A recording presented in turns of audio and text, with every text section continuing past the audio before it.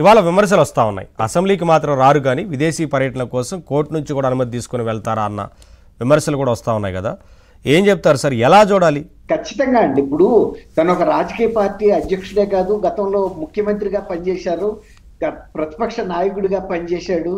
అలాంటి వ్యక్తి ప్రజలు ఇచ్చిన బాధ్యతని పూర్తిగా విస్మరించి అసలు ఒక్క రోజు కూడా అసెంబ్లీకి వెళ్లకుండా మిగిలిన సభ్యులను కూడా వెళ్ళనివ్వకుండా ఆపి విదేశాలకి పర్యటనకి తన మీద సిబిఐ ఆంక్షలు ఉన్నా, సిబిఐ అభ్యంతరాలు చెప్తున్నా, అభ్యంతరాలన్నిటికీ మీరు అన్నట్టు సమాధానాలు చెప్పుకుంటూ వివరణ ఇచ్చుకుంటూ కొన్ని ఆంక్షలకి లోబడి, కోర్టు ఆంక్షలకి సిబిఐ ఆంక్షలకి లోబడి ఈ విదేశాల్లో పర్యటిస్తున్నాడంటే అంటే ఇక్కడ బాధ్యతలు ఇచ్చిన రాష్ట్రాన్ని ప్రజల్ని విస్మరించి ఆయన విదేశాల్లో ఉన్న ఇంట్రెస్ట్లు ఏంటి అనేది చాలా మందికి అనుమానాలు కలుగుతున్నాయండి. ఇప్పుడు ఈ లిక్కర్ కుంభకోణంలో కూడా చాలా భారీ ఎత్తున నిధులు విదేశాలకు తరలి అనేది తెలుసు. దాని మీద ఈడీ కూడా దర్యాప్తు జరుపుతుంది.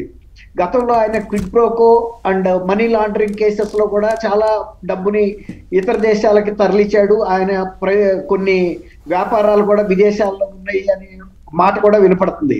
అసలు ఒక్కొక్కసారి ఇప్పుడు ఒక రకంగా చూస్తే ఆయన ఒక మాజీ ముఖ్యమంత్రే కాదు, ఒక ఆర్థిక నేరగాడు కూడా. అంటే జాతీయ స్థాయి ఆర్థిక నేరగాళ్ల కన్నా మించిన ఆర్థిక నేరాలు ఆయన మీద ఉన్నాయి. కాబట్టి ఇప్పుడు ఇతను మ్యాక్డవెల్ లో, ఆయన అధినేత పేరు ఏంటంటే మ్యాక్డవెల్